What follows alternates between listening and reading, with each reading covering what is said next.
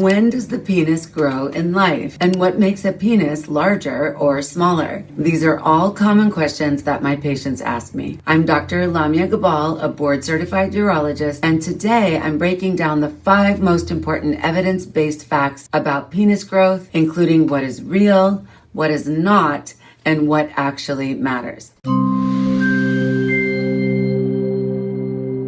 The first thing you need to understand is that penis growth actually starts before birth, and hormones control everything. Most people think penis growth begins at puberty, but that actually isn't true. It begins in the womb around 7 to 8 weeks of pregnancy, during what's known as the masculinization programming window. During this time, testosterone plays a critical role in forming and growing the penis. Early in development, this process is driven by pregnancy hormones, and later it's controlled by the baby's own hormonal system. There's also a key hormone called dihydrotestosterone, or DHT, which is the main driver of male genital development. Without enough of this hormone, development may be incomplete. This is why, in rare cases where hormone levels are low during this critical window, conditions like micropenis can occur. This shows us that penis size is not random, but rather heavily programmed early in development. The second thing you need to know is that there is a second growth window that most people have never heard of. After birth, there's a short but important phase called mini puberty.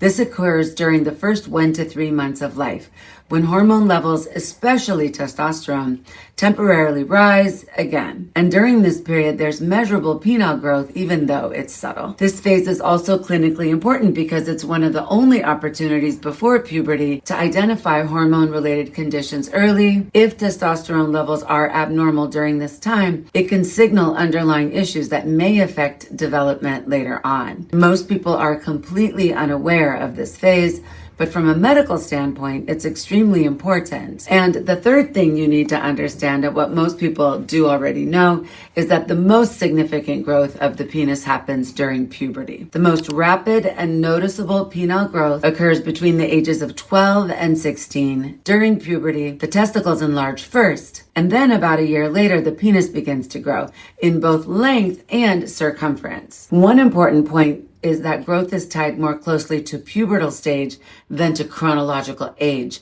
And what that means is that 2 individuals who are the same age can have very different development depending on where they are in puberty. By the end of puberty, significant growth is complete, and there's no natural ongoing growth into adulthood. So the fourth thing you need to know is that normal size is much more average than people think. There's a large gap between perception and reality when it comes to penis size. A major study that included over 15,000 men found that the average erect length is about 13.1 centimeters, or approximately 5.1 inches, and the average erect circumference is about 11.6 centimeters, or about 4.5 inches. So these numbers are far more modest than what many people assume based on media or unrealistic expectations from porn. There's a small correlation between height and size, but it's not strong. We also know that higher body fat can make the penis appear smaller because of fat around the base, but it doesn't actually change the true size. There are also some differences across different populations,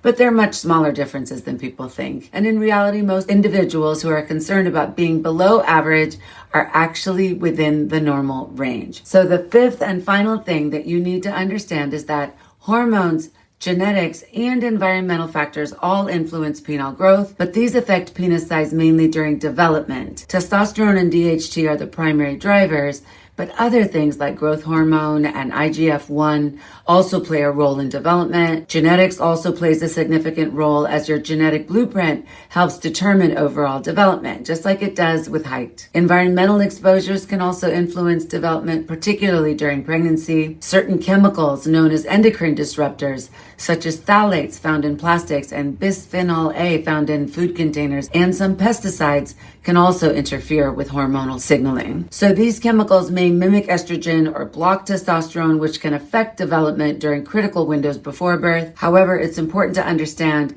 that these effects occur during early development and not during adulthood. This leads to the question that people are really asking, which is whether penis size can be increased in adulthood. And there are some newer procedures and techniques that have been used to enhance penis size once the penis has stopped growing naturally. If you've heard about the P-Long protocol, this is a natural method for penile enhancement using your body's own growth factors. And if you're interested, it's important that you make an appointment to discuss this with your doctor, and so that we can determine together if this would be an option for you. Some therapies are still being explored and may have a role in certain situations, particularly for men with specific medical conditions. If you're curious about these options, the safest and most appropriate next step is to have a personalized evaluation. This way we can review your goals, discuss what is medically appropriate, and go over the risks, benefits, and realistic expectations so that you can make an informed decision. The most important takeaway is this: